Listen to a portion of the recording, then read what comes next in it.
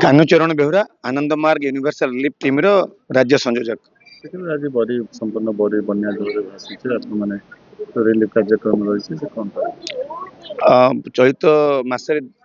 दुई थर बन्या एवं ये द्वितीय पर्याय बन्याटा बहुत भयंकर होती जोटा कि अधिकांश बरी अंचल अधिकांश गाँव में घरे पानी पशिची। तो आज आनंद मार्ग रिलीफ टीम तरफ आम पहुंचीचु बरीर अन्यतम बिछिना अंचल जोटा कि बोधुआ पंचायत आम कंतिया जेना साई बर्तमान अच्छु से पाखापाखि 150 परिवार को आम आनंद मार्ग तरफ आम सुखिला खाद्य जहाँ अच्छी जोगाऊ सहित गोटे रैपिड आसेसमेंट करुचु जे जो बन्या जे लंबा समय धरिक लोक मैंने पानी घेर रहा एवं प्रशासन ठीक भाव न पहुँची पारिबा लोक मानकर जो असहनीय अवस्था से देखिए बहुत कष्ट लगुच।